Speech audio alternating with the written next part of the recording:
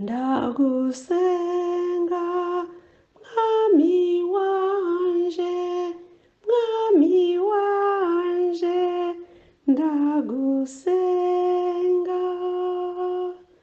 ndagusenga mwami wanje, nyeninganje mukamahangama, nyeninganje mukamahangama, ndagusenga sabwe mukama Yezu ora ku ngoma, sabwe mukama Yezu ora ku ngoma, ntiriteka mwami wanje, mwami wanje, ntiriteka, ntiriteka, mwami wanje,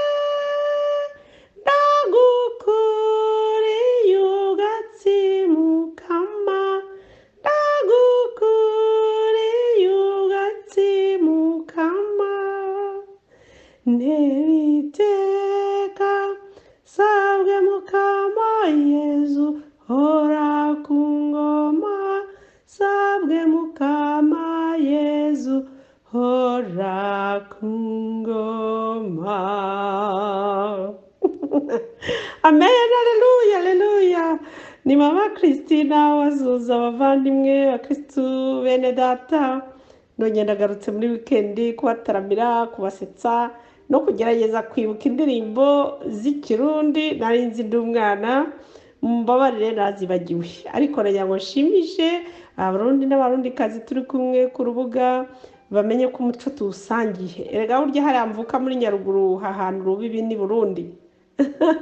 Abarundi n'abavukanyi n'abaturanyi, hari n'abantu bavaga rwose mu Rwanda bakajya gukora amashuri i Burundi bakagaruka mu Rwanda, cyangwa se tukanashyingirana hariya ku mipaka. Nta n'umupaka uri hagati ya Nyaruguru Buyenzi Nyaruguru n'u Burundi, kuko igice kinini gihana umupaka n'u Burundi cyitwa Buyenzi. Yego, ubwo rero nagira ngo mbasuhuze, Kristo Yezu akuzwe. Hashize iminsi nk'ine tutari kumwe, nabazirikanaga, nakurikiranaga ibiganiro umuvandimwe wanjye Yvonne yashyiragaho na Sœur Odette, nkaba mbashimira rero uburyo bampuguye, uburyo banyujuje mu byo nanjye Roho Mutagatifu abambwiriza, tukuzuzanya bityo twese tugasangira ubuzima bwiza bwa gikristu bushingiye no ku mutagatifu wacu Kizito Mihigo. Uyu munsi rero ni ya porogaramu dusanganywe, tumenye tuzirikane ubuzima bwa mutagatifu Kizito Mihigo, dukurikije cya gitabo cye yise nyine duhoberane n'ubumwe n'ubwiyunge, tubeho mu mahoro kandi dupfe mu byishimo. Yego, reka rero dutangize isengesho. Yasize yakundaga kuvuga kiri mu buroko i Kigali, yaratangiraga ati ku izina ry'Imana Data na Mwana na Roho Mutagatifu, amina. Muvandimwe wanjye Yezu Kristu wabambwe ku musaraba, uranzi neza, uzi uko nteye, uzi ibitekerezo byanjye, uzi ibyo nkeneye, ibishimisha n'ibinkomeretsa umutima. Si ngombwa kwirirwa nkubwira ikindi ku mutima, uzi byose.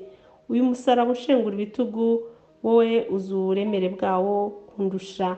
Ntabwo nje imbere yawe ngamije gusaba gukuraho iki kigeragezo kitanyoroheye, ahubwo ndagusaba kukifashisha ngo gushaka kw'Imana Data gukorwe munsi no mu ijuru.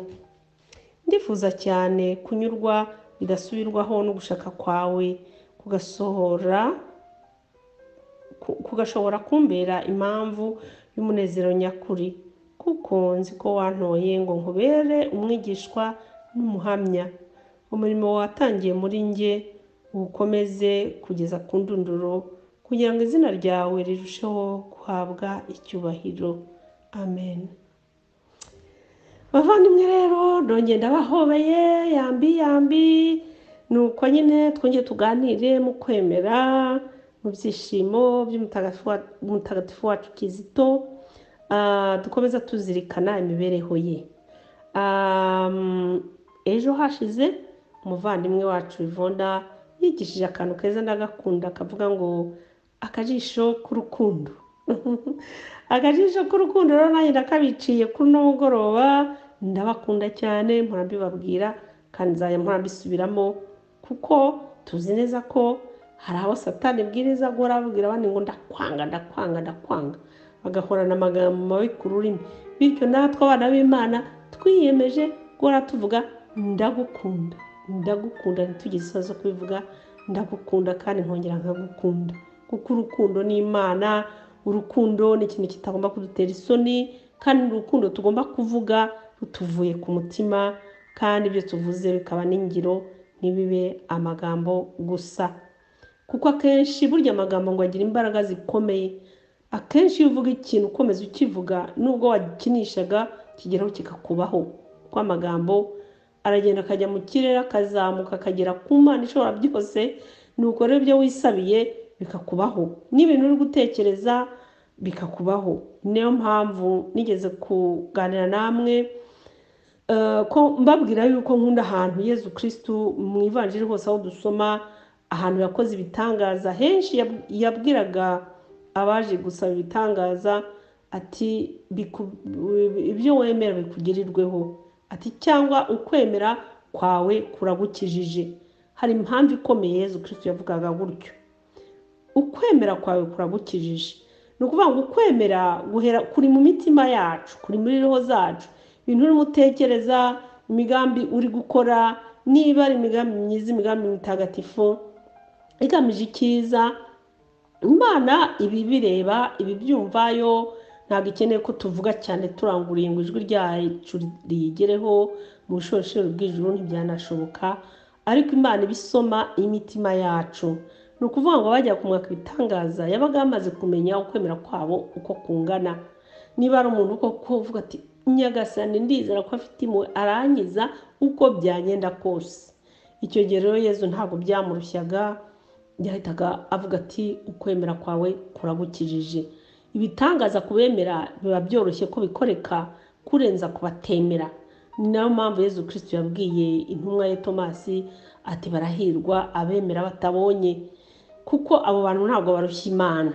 Urumva, ntabwo barushya Imana. Natwe rero ntitube akarushya Imana ngo tujye twemera uko tubonye. No, tugumane ukwemera, tugumane ibyifuzo byiza mu mutima yacu, tugumane imvugo nziza y'urukundo.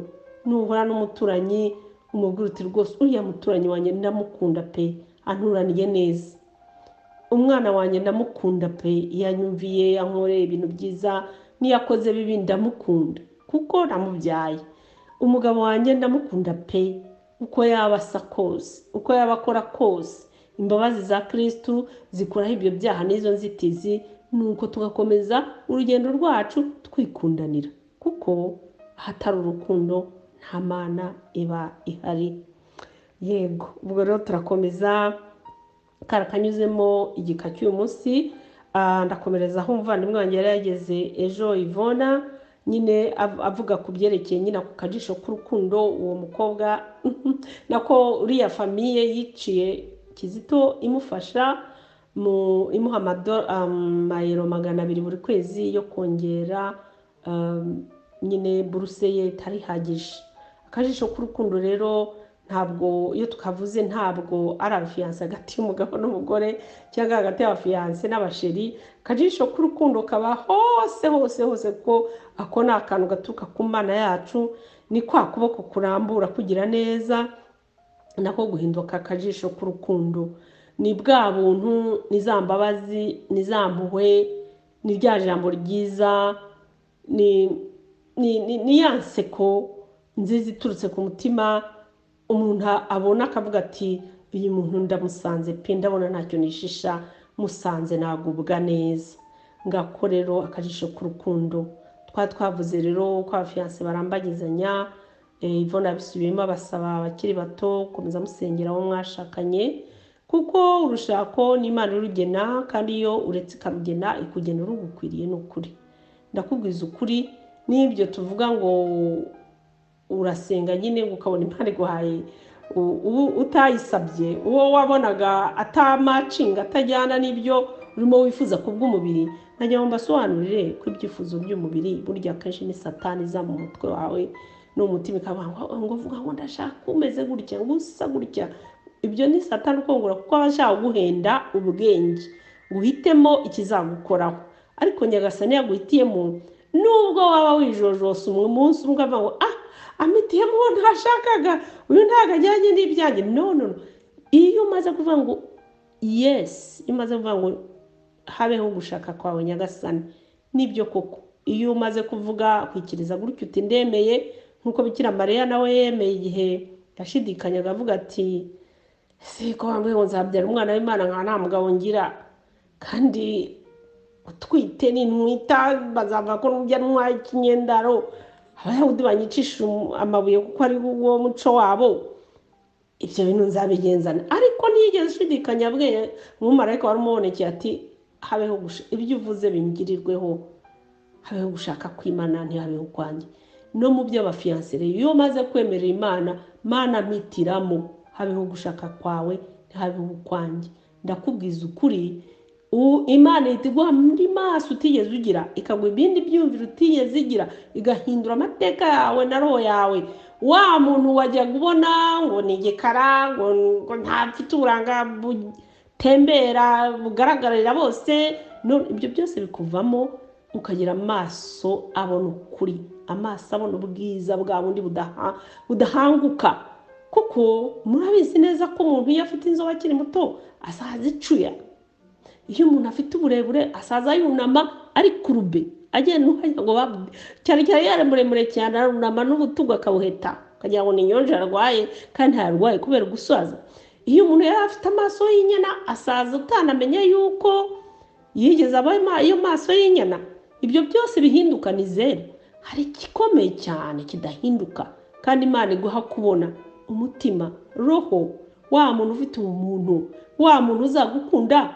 Naha handi wabonaga defo z'umubiri we, ugasigara uhabona ubwiza gusa kandi budashira, ukishima ukavuga uti Imana warakoze pe kumpitiramo, warakoze kuko unkunda kurenza uko nikunda, warakoze kuko umboneraho ntareba, ukanshoborera ibyo ntashoboye. Nta muntu uba deceived, nta muntu uba desu cyangwa ukorwa n'ikimwaro wizeye Imana, wihaye uburenganzira ngo iyobore ibyawe, igenga ibyawe.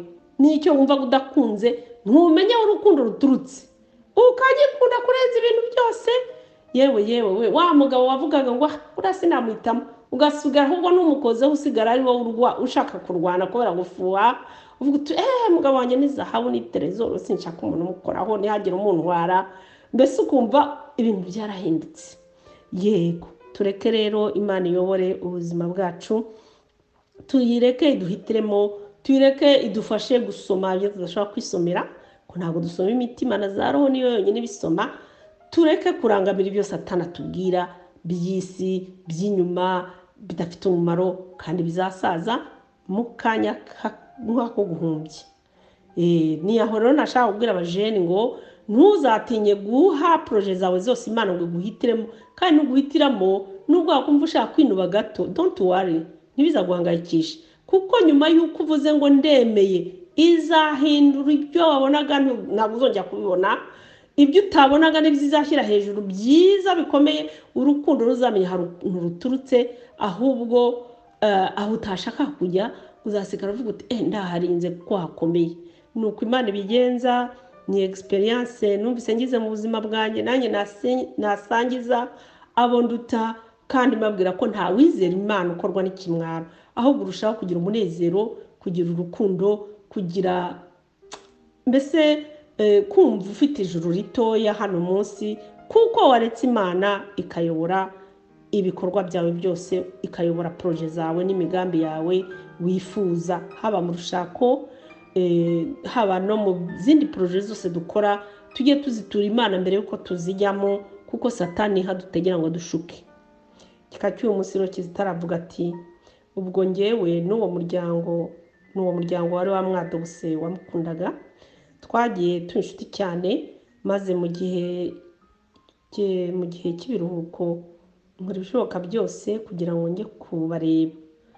Nakozwe ku mutima cyane n'ukuntu bakunda bakanitangira Bikira Mariya n'ukuntu basenga, ariko kandi mbabazwa cyane no kumenya ko ku myaka 50 bashakanye batigeze babyara. Numvaga nifuza kuba ndi iwabo kenshi ngo mbafashe mu buryo bumwe cyangwa ubundi.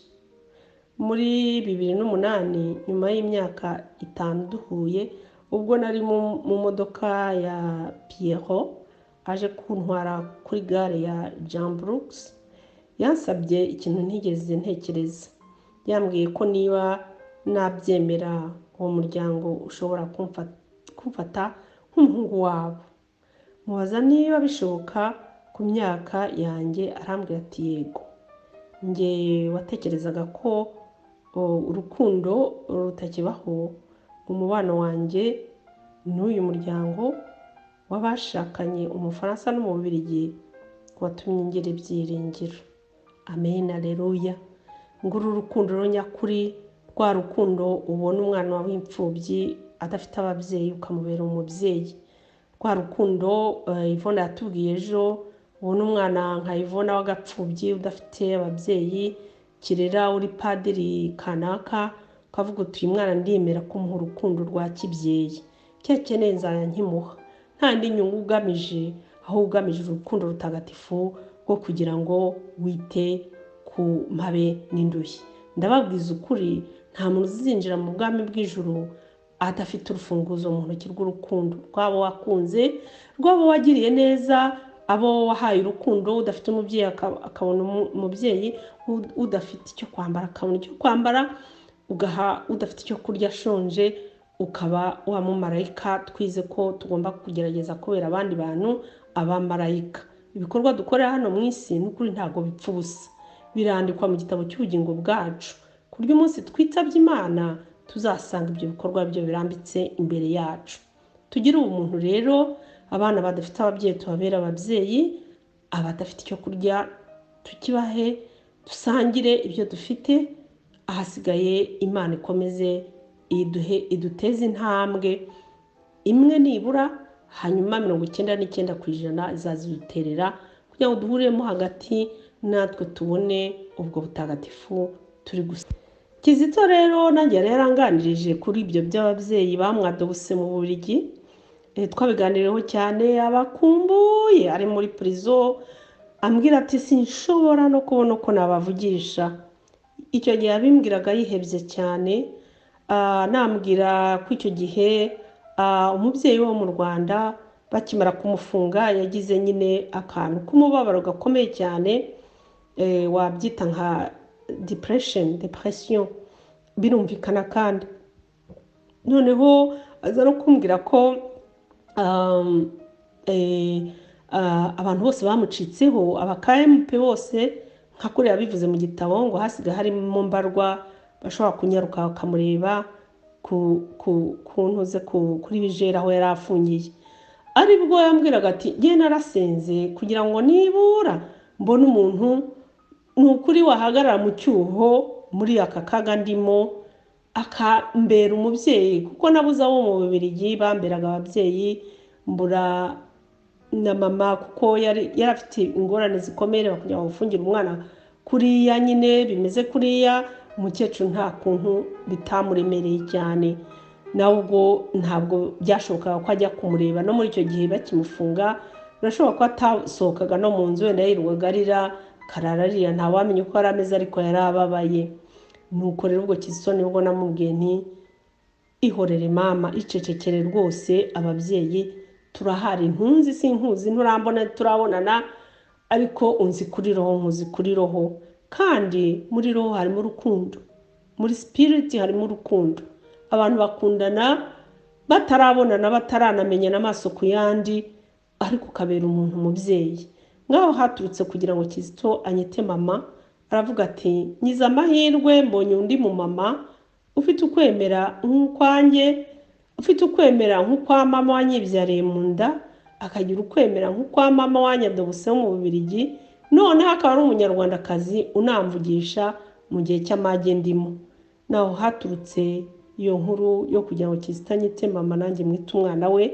Ntabwo nari muzi amaso ku yandi nawe ngo ambone amaso ku yandi, byari correspondance gusa zo kumuha message zimufasha gukomera aho muri ibyo byago yarimo, message z'ukwemera kwa Kiliziya Gatolika twari dusangiye no kubana ari umwana ukomoka iwabo muri Nyaruguru, nzi ababyeyi be twarabanye kandi nanjye nkunda Bikira Mariya nk'uko yamukundaga.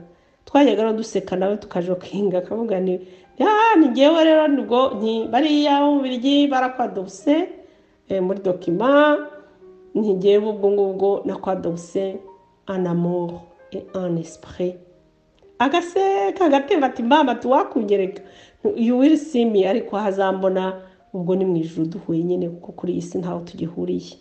Urukundo rero ni rwiza cyane cyane iyo ukunze umuntu mu bibazo no mu byago no mu kaga, burya niho le bon samaritain agaragarira, kuko muri buko umugani wa le bon samaritain ubwo mu Kinyarwanda ni umugani wo mu Samaritani w'ingeso nziza. Igihe yari yakomeretse ku muhanda ngo abantu bigisha iby'Imana bakamucaho bakikomereza, abantu bose bakajya bamucaho b'ingeri zose, no hitungukira umuntu w'umuturage w'umusamaritani araza akuramo igitambaro cye, apfuka igisebe cye, aramwomora, aramutahana, aramucumbikira, amukorera ibintu byose kugeza igisebe gikize. Voilà ntuze mugani wa le bon samaritain. Noneho rero Nyagasani akaba dushishikariza kuba abasamaritani b'ingeso nziza kuri bagenzi bacu. Kabone nubwo utazi umuntu, kabone nubwo utamushinzwe, ariko iyo ubonye ikintu kibi kibaye ugomba kugoboka. Ukeneye umubyeyi utahari, utari buboneke, wowe ukamubera umubyeyi niba uri umama ukuze nkanjye cyangwa nkawe, ukeneye umubera mushiki we ukaboneka, niba akeneye umubera murumuna we ukahaboneka, niba akeneye umwomora igisebe yakomeretse ukamwomora, niba akeneye icumbi ukarimuha, niba akeneye icyo kurya ukakimuha, icyo kwambara ukakimuha. Voilà, ni ibyo ngibyo kuba umusamaritani w'ingeso nziza kuri bagenzi bacu. Kandi mwitwaze ngo umuntu simuzi, ngo umuntu tubonana, nababwiye ngo twagiye nabo abantu bese tuzi no kubera n'iterambere rya internet rya social media, tumenyana n'abantu benshi tutanazi. Bamwe bari fake, nibyo no gukora attention, harimo n'abashaka kwescroka, harimo n'abakwica cyangwa bakugirira nabi kubera ko bafite amakuru kuri wowe bivuye kuri social media, no gukora attention no kwitonda. Ariko hari abantu menyana nabo kuri social media mukazaba inshuti mutaranabonana, wasanga ari abantu bafite umutima muzima, wabanyuza aho bari ni wowe kanaka najyaga numva ndagufitira inshuti kuri Facebook, akoze neza ko tuzahura, ukumva biragushimishije, ukumva ni ibintu byiza. Hari naho hakundanira bakakazavamo za mariage, ibyo ni byiza. Ariko nanone icyo nabashishikariza, mujye musenga Imana. Social media zanyu nazo mujye muzitura Imana kugira ngo ibayobore, ibarinde roho za Satani ziza nazo kuri social media zije kugirira nabi abantu no kuneka amakuru yo gukora ibibi. Yego, mujye mu bintu byose mutura Imana, ari social media, ari iby'urya, ari iby'unywe, ari ahuraye, Imana muri byose n'ahantu hose. Ntacyo uzaba, n'ikizakubaho izaba yagihaye umugisha, uzaba uri buyisange, nta kibazo uzagira, izaba izi uburyo iri bukwakire. Nicyo rero nababwira uyu munsi, ni ukuba abasamaritani b'ingeso nziza kuri bagenzi bacu. Noneho tugakomeza itegeko ry'urukundo ko Nyagasani aritubwiriza. Muri Mariko rero umutwe wa 12, umutwe wa 12 murongo 28 nabyo barabitsindagira. Bibiliya irabitsindagira ikatubwira ati, umwe mu bigisha amategeko wari wumvise bajya impaka, abonye ko Yezu abashubije neza, aramwegera amubaza ati, itegeko riruta ayandi ni irihe? Yezu aramubwira ati, irya mbere ni iri ngiri, tega amatwi Israheli, Nyagasani Imana yacu niwe Nyagasani umwe rukumbi. Urajya ukunda Nyagasani Imana yawe n'umutima wawe wose, n'amagara yawe yose, n'ubwenge bwawe bwose, n'imbaraga zawe zose. Irya kabiri ni iri ngiri, urajya ukunda mugenzi wawe nk'uko wikunda. nta rindi tegeko riruta ayo yombi. Bakristo bavandimwe ndabashimiye, mu munsi nyine ntabwo mbaganiye birebire, nta nubwo ari ngombwa ko tuganira birebire kuko murafite iminsi 3 yose, weekend yose. Ndabashimiye ko mwaneze amatwi, mukuremo icy'ingenzi ari urukundo, nk'uko Mutagatifu Kizito Mihigo n'ubundi yabiturimbiye. Hari indirimbo y'iteme yararirimbye agiye kuyirangiza, ni ndende cyane, imara iminota 20, ariko ijya kurangiza aravuga ngo muri iyi ndirimbo yose mumenye ko icyo mukuramo, mumenye ko icy'ingenzi ari urukundo. Yego nanjye niho ndangirije rero, niryo somo ry'uyu munsi. Icy'ingenzi ni urukundo, kandi ikindi cy'ingenzi kiruta ibindi ni ugushyira imbere Imana yawe mu byo ukora byose, mu migambi yawe yose, noneho ubuzima bwawe bwose bukazarangirira no mu Mana, kuko n'ubundi niho buturuka. Mutagatifu Kizito Mihigo, komeza dusabire kuri Nyagasani. Mutagatifu Kizito Mihigo, komeza dusabire ku Mana. Mutagatifu Kizito Mihigo, komeza utwibuke nk'uko natwe tukwibuka. Kira Mariya nyina wa Jambo udusabire, Mariya nyina wa Jambo udusabire, Mariya nyina wa Jambo udusabire. Bakristo bavandimwe mbasezeyeho, ni Christina Mukama ubakunda cyane. Imana mwese ibahe umugisha.